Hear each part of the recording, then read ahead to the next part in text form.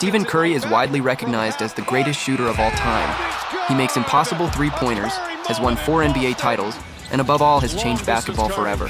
But there's one detail that many people forget. Curry loves to do it in style, from no-look shots to iconic celebrations that have spread throughout sports. Steph not only dominates, he makes sure everyone knows it. But how did he become so good? And why do some critics say that he actually ruined basketball with his talent? To understand all this, we need to go back in time, more precisely to February 27, 2013. Stephen Curry II, or as the whole world knows him, Steph, had been gradually establishing himself as a solid point guard since being selected by the Golden State Warriors as the 7th pick in the 2009 draft. Selected because of his absurd shooting ability, Curry never showed off or sought attention. The most he did was point to the sky, a gesture to give glory to God and, at the same time, honor his mother. But that night, everything changed. As the first half progressed, Curry only got hotter, and it soon became clear what was about to happen. Not just for the New York Knicks, but for all the fans present at the legendary Madison Square Garden default text. Until Steph did it.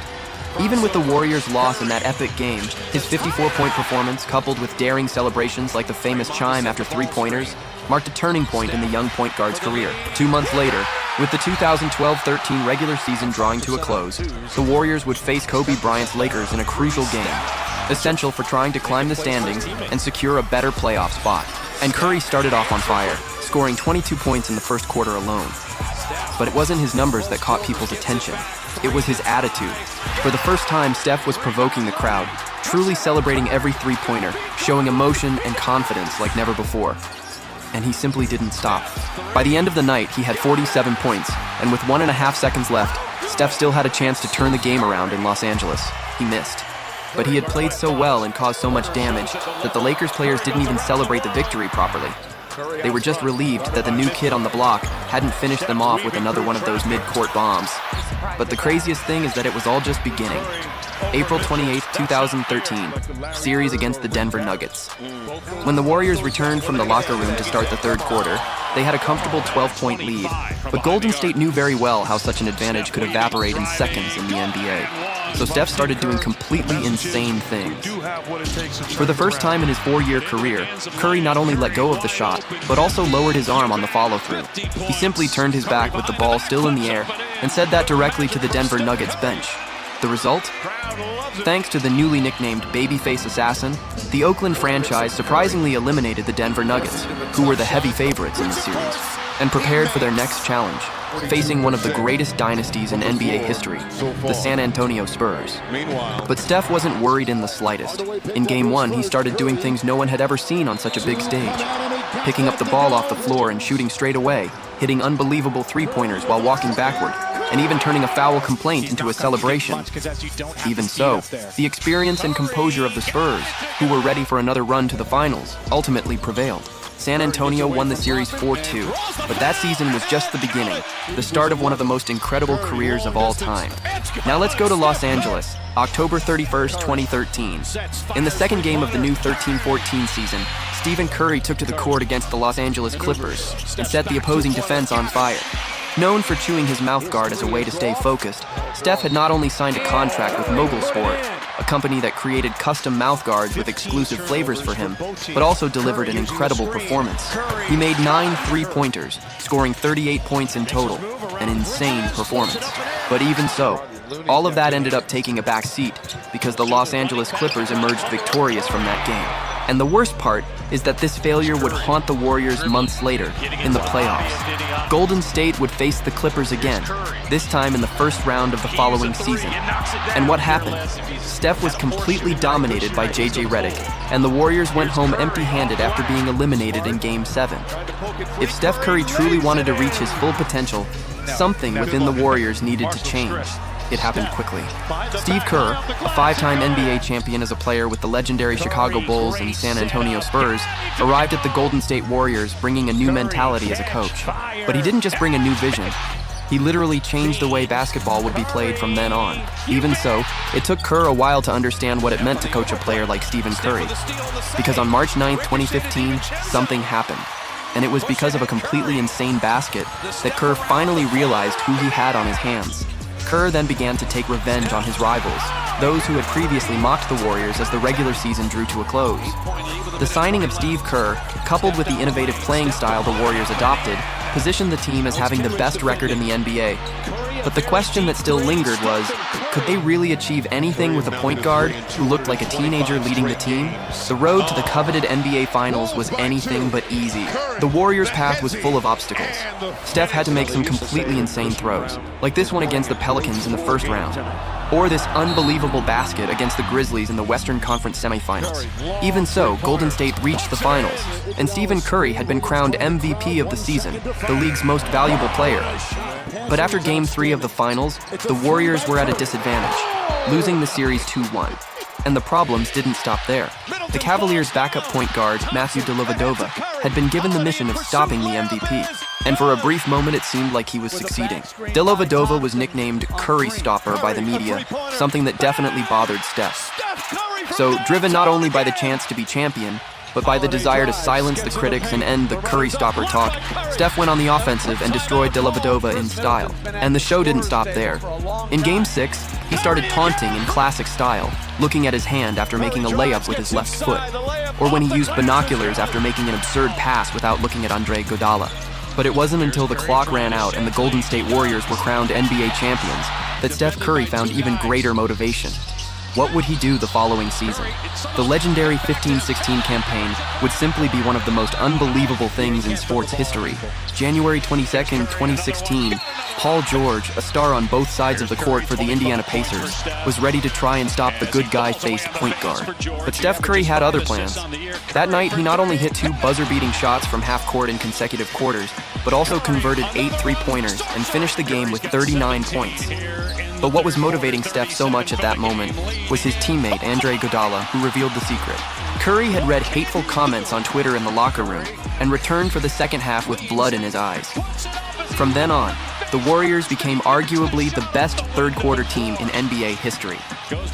Steph dominated that period so much that in 26 games of the 15-16 season, Golden State built such a large lead in the third quarter that Steph didn't even need to play the last one. But it wasn't just on Twitter that the babyface session ignited. Other players also fueled the fire. However, in February 2016, the NBA witnessed perhaps Curry's most absurd performance to date. Even after a sprained ankle, the MVP returned. And in the third quarter, he did unbelievable things. With the game heading into overtime after decisive free throws by Iguodala, Steph then starred in one of the most iconic moments in NBA history. A shot from the court logo, with the clock almost at 0. Warriors' victory against the Oklahoma City Thunder, and another 46 points added to the tally. But that wasn't even Steph's highest scoring game that season. Against the Washington Wizards, he put on a show and finished with 51 points. And against the New Orleans Pelicans, right at the start of the game, Curry flashed that wicked smile of his, as if to say, "You're screwed." And they were, because he finished with 53 points, completely destroying the opposing defense. But it was in the first round of the playoffs against the Houston Rockets that the worst almost happened. After leading the Warriors to a historic 73-win regular season campaign, Steph Curry suffered an injury that could very well have ended his season. But on May 9th, 2016, he finally returned. And what happened that fateful night in Oregon shocked the basketball world. With the Blazers in danger of tying the series, Steph, who had been nicknamed Chef, started cooking. But the most impressive thing came in overtime, after he failed to secure the victory in regulation time. First, he grabbed an offensive rebound and scored 2 easy points, celebrating with the classic flex. Then came this. Curry simply exploded in overtime, scoring 17 points in 5 minutes, leaving even the fans speechless. Golden State took a 3-1 lead in the series, and everything seemed to be going well. But before Game 5, something completely unexpected happened. Upon being crowned the first unanimous MVP in NBA history, Curry went to greet Commissioner Adam Silver and was snubbed live on air during the ceremony. But Steph wasn't fazed. That same night, he took to the court and unleashed a 29-point attack on the Portland Trail Blazers, closing out the series and securing a spot in the Western Conference Finals, where they would face none other than Kevin Durant and the Oklahoma City Thunder. But it was in Game 4 that the Warriors' historic season seemed to be coming to an end. Because the team with a 3-1 series lead wasn't Golden State, it was OKC.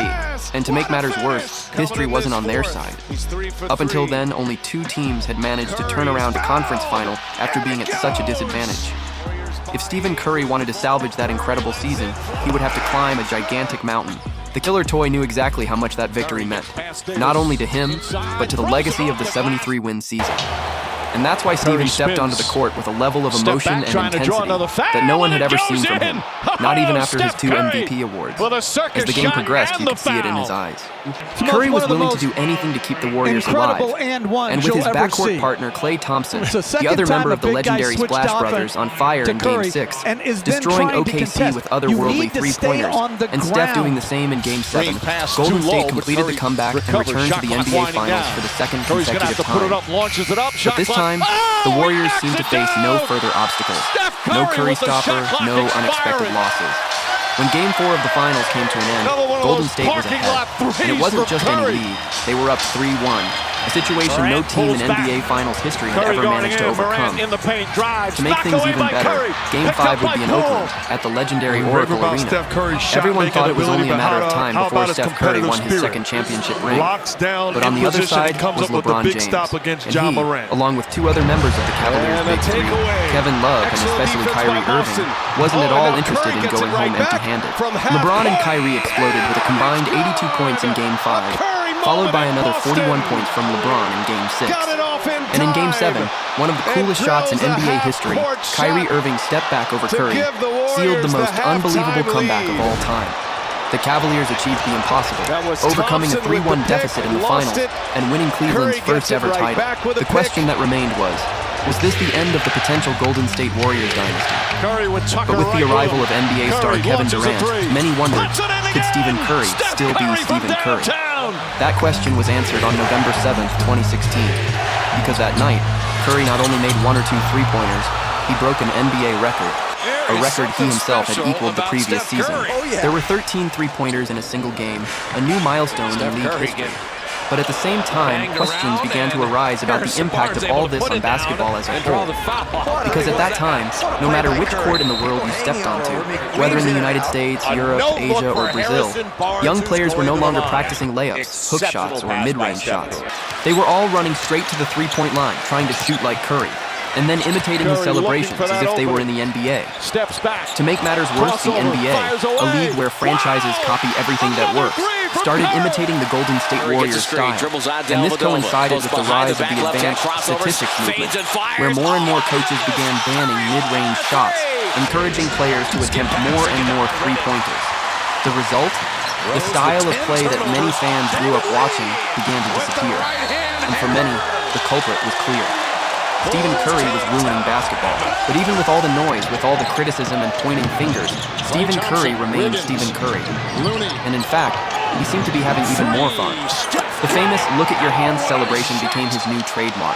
And the traditional team gesture after another successful three-pointer was still there. But beyond the classic celebrations, some new ones began to emerge, like Steph counting her own points after a fouled three-pointer. But even those weren't the best of that year. Against the Boston Celtics, Steph provoked rookie Jaylen Brown early in the game. Nobody knows exactly what Brown did, but one thing is certain, he poked the beast. And while Curry was having fun with his taunts and incredible plays, Golden State, now with 4 All-Stars, simply steamrolled the playoffs. They had 16 wins and only 1 loss on their way to another NBA title. However, once again, Curry was overlooked for one of the few awards still missing from his shelf, the Finals DMVP. And that's why Steph started the 2017-18 season even more motivated. But while Golden State was chasing its 3rd title in just 4 years, a gigantic obstacle appeared in its path. The Houston Rockets, led by James Harden. In Game 6 of the Western Conference Finals, the Rockets not only opened up a 10-point lead at halftime, but also forced 2-time MVP Steph Curry to have one of the worst performances of his career, shooting only 13% from three-point range. But then came the 3rd quarter, and you know what happens in the 3rd quarter. Steph Curry simply switched to destruction mode. His heroic performance in the second half saved the Warriors, and in Game 7 came the historic collapse of the Houston Rockets, with 27 consecutive missed three-point attempts. As a result, Steph Curry was back in the NBA Finals for the 4th time. But this time, he wasn't just playing for the title. He wanted the Finals MVP trophy. At the end of the 3rd quarter of one of the games, after another shot, Curry turned his back and walked back to the Warriors bench until Kendrick Perkins from the Cavs bench decided to taunt him. And of course, Steph responded in the way he knows best, hitting 5 consecutive three-pointers in the last quarter alone. It was the icing on the cake of a victory that seemed written by the stars. And on top of that, Steph Curry broke the record for most three-pointers in a single NBA Finals game. Shortly after, the Warriors swept the Cleveland Cavaliers 4-0, and Curry was ready to finally receive the award that had eluded him in his first 2 championships, the coveted Finals MVP. But that's not what happened. And to make matters worse, that's when things started to fall apart for the Golden State Warriors, because it wasn't just the 2019 Finals loss that shook the team. Klay Thompson and Kevin Durant suffered serious season-ending injuries that shattered Stephen Curry's dream of winning a 3rd championship. And then came the final blow. Kevin Durant announced his departure, signing with the Brooklyn Nets before the start of the 2019-20 season. The press, fans, and even some analysts began to say aloud, the Golden State dynasty was over. And indeed, in the following years, Stephen lived through dark days. Injuries, seasons with losing records, and a complete restructuring of the squad. But there was a moment of brilliance amidst this turbulent period. All thanks to a provocation. During the 2021 season, Portland Trail Blazers star Damian Lillard decided to poke the sleeping bear. Teams are giving Steph a lot of attention. They're chasing him. They're failing him. They're being physical with him. And I was like, now, with the wounds that Warriors are dealing with, and Steph playing with a younger team now, he's seeing that it's hard to get those quality eyes now. It's different than it looked like the last 4 or 5 years for him. So he's trying to get quality eyes and a clean eye so he can do well. Steph Curry responded in the only way he knows how, leaving the whole world in silence. Lillard's provocations led Steph to respond in an absolutely surreal way. Curry went onto the court and scored the most points of his career up to that point, 62 points. Even with Golden State still facing difficulties in the season, he continued doing what he always did, putting on a show. But after being eliminated in the play-in by the Memphis Grizzlies, Steph understood it was time to take things to another level. And outside the Warriors organization, nobody believed in them anymore. The narrative was clear. Golden State's time was over. Steph had already given everything he could, but he wasn't ready to end that story. In fact, Curry was about to prove everyone wrong. And more than that, he was ready to finally win the only award that had slipped through his fingers 3 times. But could he do it? After breaking Ray Allen's record and becoming the player with the most three-pointers in NBA history, hitting that game-winning shot against the Hilton Rockets, and surprising the world by scoring 16 three-pointers in the All-Star game, it seemed like nothing could stop Stephen Curry. But then came March 16, 2022, and in the game against the Boston Celtics, Curry suffered an injury that would end his participation in the regular season. And although he managed to return in time for the playoffs, the atmosphere was one of uncertainty. The legendary trio, Draymond Green, Klay Thompson, and Stephen Curry, had spent very few minutes together on the court all season. The question was inevitable.